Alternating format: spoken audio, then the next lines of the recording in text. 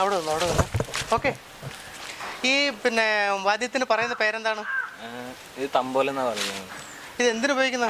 ഇത് ഞങ്ങളുടെ ഉത്സവത്തിനും പിന്നെ ആചാര ചടങ്ങിനൊക്കെ ചെയ്യും. അമ്പലപ്പരിപാടികൾക്ക് ഇത് ആവശ്യമുണ്ട്. അപ്പോൾ ഇത് ഞങ്ങളുടെ ആചാര ഇങ്ങനെ തുടർന്ന് വരുന്ന ഒരു സംഭവമാണ് ഇത് ഇങ്ങനെ കൊട്ടുന്നത്. ഇപ്പോൾ ഇതെന്താ ചെയ്തുകൊണ്ടിരിക്കുന്നത്?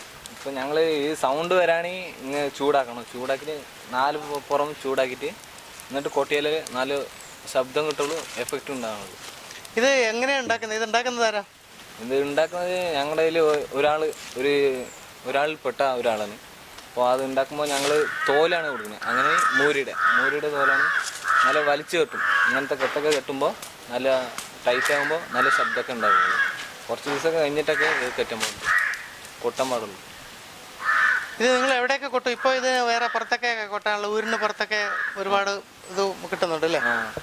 ട്രൂഫ് ഇപ്പോൾ കുറേ ട്രൂഫുണ്ട്. ഞങ്ങൾ തെങ്കര ആ ഭാഗത്തും മണ്ണാർക്കാട് പാലക്കാടൊക്കെ പോയിട്ടുണ്ട് ചെയ്യുന്നത്. അപ്പോൾ അവിടുത്തെ ഉത്സവത്തിന് ഇത് ഫേമസ് ആണ്. അപ്പോൾ ശിങ്കരമേളത്തിനെയൊക്കെ ഒഴിവാക്കിയിട്ടാണ് ഇത് കൂടുതൽ പേര് ഇതെടുക്കുന്നത്.